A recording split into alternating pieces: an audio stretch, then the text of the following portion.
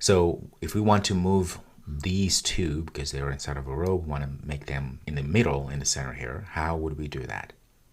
Okay, pause this video and go ahead and fix that.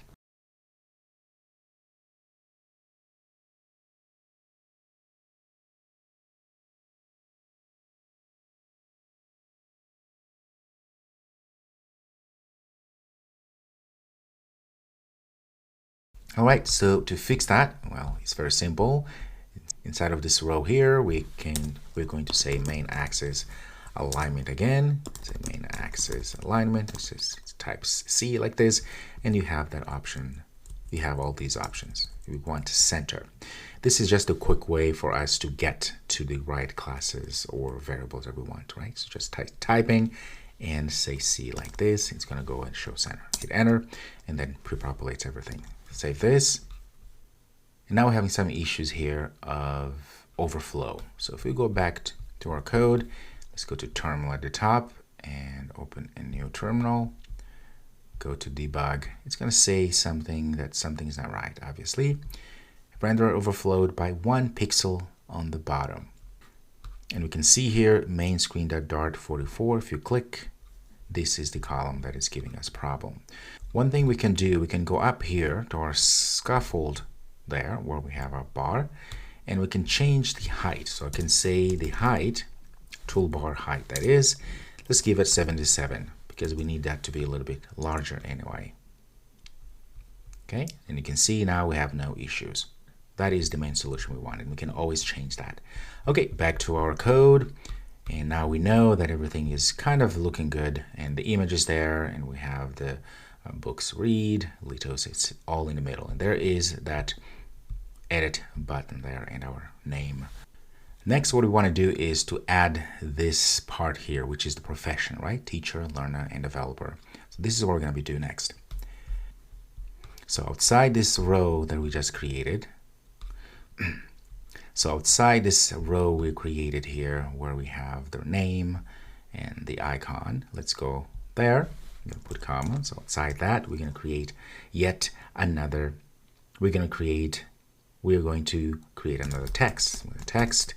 And this one is going to say user. In fact, let's say like this because we're going to invoke a variable object. In this case, I'm going to say cur user. I'm going to get the profession. Right. Set a style. I'm going to still use the theme of text theme as such. I'm going to say subtitle 2 again. And then we're going to add something like this. You can see here we have this line with this color. How do we do something like that? Well, there's different ways. But remember, in Flutter, everything is a widget, as you know. And so this line also is a widget. We can actually use the sized box widget. So let's say sized box. Like this, and size box takes what? Width, height, and also has a child property or node. So we can say width, give it about 100. Okay, that's going to be the width of the line that we're trying to construct. And for the height here, we can just say we want the height of 2. So the line is going to be thin, not too thick. Right? Makes sense. And for the child here, I'm going to add a container. Right? In this container here, I can just give a color of colors.red. Just like this. So this should help us have what we want. Let's see if that's true. Click, and there we go. Says nope, because that is indeed what we have. We go back to our for Litos. This is the user. For Litos, as you see here, the user we have profession. Nope. Now, if I change here, I can change obviously from our collection here. Say life is great, and hit enter. That was changed. If we go back, click here, click again, you can see now life is great. It's changing, has changed to life is great. Highlight, command period, and we can say padding. And going back to our Cloudflare store here, of course, professional life is great. It's not necessarily the best profession. So we can actually come back here and change again to something like learner, educator, philosopher, something like this. Update. Go back here. If I click, can see now learner, educator, and philosopher. And there is that nice padding. Next, let's go ahead and add the quotes area. So for the quotes area, again, it's going to be below what we have, right? Below this container or this red line that we created there. There, I'm going to create a container. Let's say container.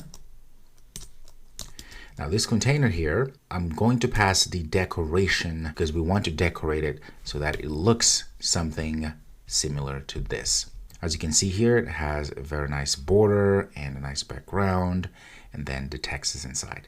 Well, we're going to use a decoration. Notice we have to pass a decoration object or decoration widget. The decoration widget, there are different flavors for the decoration widget. We're going to use the box decoration widget, as you see there. And for that to happen, we need to pass a few properties. So border, for instance, in this case, I'm going to use the border.all because I want all of the sides around this box to have a border, right? And I can pass here a few parameters. In this case, I can say width. I want the width of the border to be 1. Okay. I'm going to give a color. In this case here, I'm going to use as colors blue, gray, such, and when I give it a shade of 100, so less extravagant. Very good. And still inside of our box decoration, because this is where it ends, but outside of our border all there. Right, I'm going to add a color, and I'm going to use the hex color, right, that we have imported earlier. And I already have these colors. It's going to be F1, F6 like this. Continuing, I'm going to say border radius, and of course I'm going to use the border radius all. And in this case here, I need to pass the radius. What kind of radius do I want? Radius. I want the radius circular, which then we can pass the radius to be 4. Okay, let's go ahead and check. Click, and there it is. So it doesn't look like much because we haven't added anything inside of it. So that's why it looks pretty much like this line there. Okay, no problem. We are working on that. Now, what we need to do, because remember, we're inside of this container, and a container has a child, right? Property that we can pass. Makes sense. So I'm going to say child. Now, what I'm going to pass inside here is a single child scroll view. What that is? Well, a single child scroll view, as the name implies, allows us to have a scrollable area that will only show if the text or if the elements inside of this area is larger than what is being shown. A person, for instance, has more to say about themselves, their biography, and so forth, that the text can grow as needed.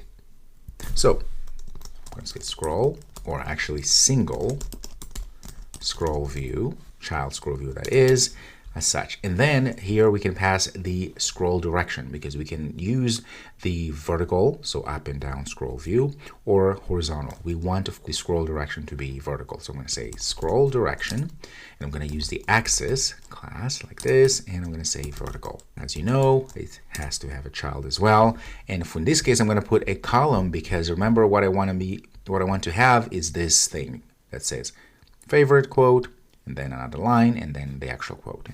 Say column. And then, of course, it has its own children. And then I'm going to add text like this. And this text is going to say favorite quote. Okay. Apply the style, so the theme. I'm going to say text style. And just give a color. Colors.black. What I'm going to do is I'm going to do the same thing what we did here, which is this size box, which is going to be just a line. So I can just copy this and add it right underneath there. And instead of red, I'm going to make this black. And then below that, that's where I'm going to add the actual text, which is the bio. Okay, so text. Now we know that we get that text from here, right? So there is a field called quote. So that's what we're going to be using. So I know I have the user, or I think call it current user, as such quote. Obviously, this only works if there is that quote. So we're going to do the same thing. Okay, so we're going to make sure that user quote, if it's null, that's the case, then I'm just going to put a text that says favorite quote life is great. In any other case, meaning if the quote actually has something, or if the quote is not null, then I'm going to, of course, use the current user and get the quote. And while I'm here, I'm going to put a style. I'm going to use the theme, pass of, and then theme text theme that is. I'm going to use the body text 2, so a little bit smaller. And I'm going to use the .copy with because I want to load a few other properties to make the text even better, right? Which is font in this case, or font style. Font style, I want this to be font style italic, like that. All right, save and see if we can see something that is pleasing to the eye. Let's go ahead and click, and you can see there, well, favorite quote, life is great. All right. That's great. Obviously, there's some issues there, but we can deal with those. In fact, I would ask you to deal with those issues, which are there is no padding around and everything is together. So you know how to do this. Go ahead and do that before we go to the next video. So make sure that there is space between favorite quote and the actual quote. The other thing I would like you to do is to add more padding inside of this border widget that we added there. Okay, so more spacing would be great. Go ahead and do that, and I'll see you in the next video.